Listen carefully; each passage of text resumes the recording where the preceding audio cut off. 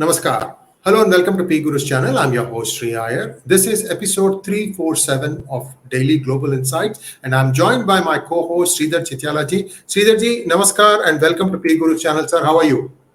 Namaskar, good morning to everybody, and I'm doing very well and hope you are well as well and looking forward to another session. Sridharji, the United States has taken a policy stand to keep the interest rates high in order to fight the inflation. And what we are seeing now is in the EU also, some countries are now starting to raise their interest rates, interbanking lending rate as high as 0.75%. This is a new, at least for Europe, I think. Do you think this is the only hike now, or they are going to continue to do this thing for some more time? But this is going to come at the expense of growth, isn't it? And jobs? First and foremost, I think what we're going to see is a synchronous policy that ties everything to the Fed policy of rising interest rates. Fed Chairman Mr. Powell, Dr. Powell, has made very clear statement, which is to state that they will fight with all force and they will not stop until such time the inflation is brought down. So they are very committed to bringing the inflation down. If whatever it takes for them to continue to raise the rates, they will persist with that policy. I think that's number one. So you're going to see EU, which closely aligns with the Fed policy, continue to ally the hike in the interest rates as Fed raises its rates. Remember, the EU as a zone broadly has a much higher inflation rate relative to United States. So therefore, you're going to see a consistent pattern of increase in rates. And this is the first time you have seen a rate hike as high as 0.7 or 75 basis points hike, which is expected to be consistent with what United States Fed plans to do. Sridharji, in your opinion, do you think the stimulus has taken itself out of the system, whether it's the United States or the United Kingdom or any of the other EU countries where there was COVID stimulus put in place? I think they would use a very different fiscal tool. The fiscal tool that they would cap some expenses on the energy bills. They may give concessions or reduction in energy bills. So there may be a different form of stimulus to give relief to the end consumers. But at the end of the day, there will not be any fiscal stimulus by way of cash. But we are full of surprises. One doesn't know how nations will respond, already overloaded with debt in their balance sheets. One of the things that you asked, which I will respond now, does it come at the cost of growth? Yes, it will come at the cost of GDP growth. The second question, does it come at the cost of high unemployment or a reasonable rise in unemployment? The answer is yes. In US itself, they expect the unemployment to rise to something around 6 to 6.5% from the current 4.2%. So there is going to be two consequential headwinds. One is around growth and the second is around the unemployment. And now let's take a look at India, the world's largest rice exporter. India restricts rice shipments after a below average monsoon rainfall. And again, the rain seems to be coming in lumps, not at, spread over evenly. So this is one of the surprises of this year. India and Chinese troops disengage from Point Pedro 15 in the Gogra-Hotsprings area. India and Japan are at their 2+2 summit. We talked about this yesterday. Agreed to extend maritime security cooperation, including conducting joint drills with China in mind. Sridharji. Well, I think we have been discussing as to the supply chain policy of India, the supply dynamics policy of India. So this is in alignment. India is the largest rice exporter. Whenever there is an impact on monsoons and reduction in the harvesting, then you're going to see that India calibrate itself, recognizing food is the topmost, in need and in demand. So therefore, I think that you're beginning to see a consistent policy.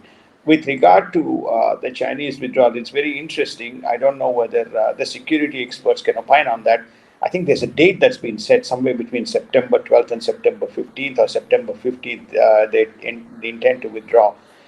Whether it's the right decision or wrong decision, time will tell, because the Chinese have never complied with anything that they had promised before. Japan and India collaborating is consistent with what they have been aspiring to do in the Indo-Pacific sector.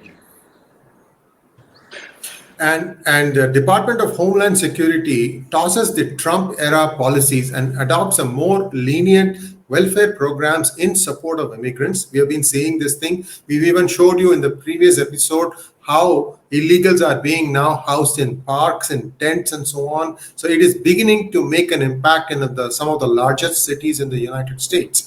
And White House and Senate Democrats now change tune and say they can work with more mainstream Republicans than Trumpers. They are trying to divide the Republican Party, it looks like, between non-Trumpers and Trumpers. And they say that the Trumpers are fascists. That is their observation.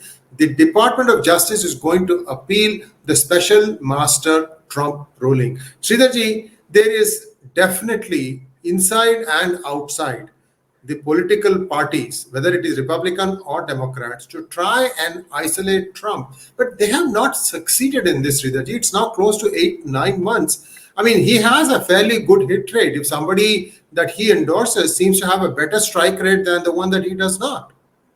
Well, firstly, I think he has an overwhelming majority of people have voted for him.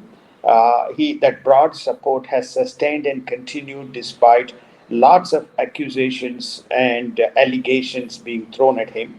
There has been leakages of the DOJ raids, surprisingly. Trump has gone on record, which is to say Washington Post seems to be an ally and collaborator with the DOJ and FBI in leaking the information. So he has taken a very aggressive posture. We have been looking at the Trump situation since 2016, just on the anvil of the elections. They have been at this with Russiagate scandal, this scandal, that scandal, and so on. And they haven't. And then they had the January 6th riot situation that's still going on. It's almost close to 2 years. So I think that he's going to shake up as he did before. So they want to get him at any rate, but he is not willing to give up. And I don't think public are biting into it. And any of these strategies is working. The concept of the other thing that you mentioned is that if you recall, Biden came in and said, there is no red, there is no white, it is United States of America. That is how he came with his big campaign. But he has done exactly opposite by making these kinds of statements and firstly calling Republicans, then calling MAGA, and now calling the Trump, and now dividing the Senate. So you see a consistent policy to see how do you alienate and try to get to win the midterm elections that is coming up in November. And Germany is going to be keeping 2 of its nuclear energy plants, that is power plants, open as a contingent measure for the energy shortage that is going to come because of Russia shutting down Nord Stream 1. And we've been saying this again. If you remember some of the Elmer hangouts, we had said that around summer that Germany will go back to using nuclear power. They have no choice.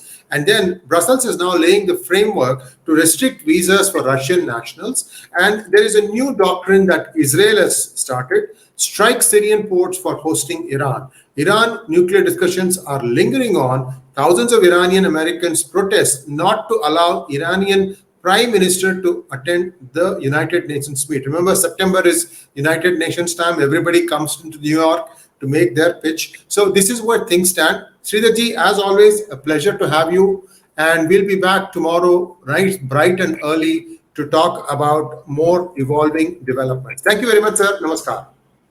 Thank you, namaskar, and have a wonderful day.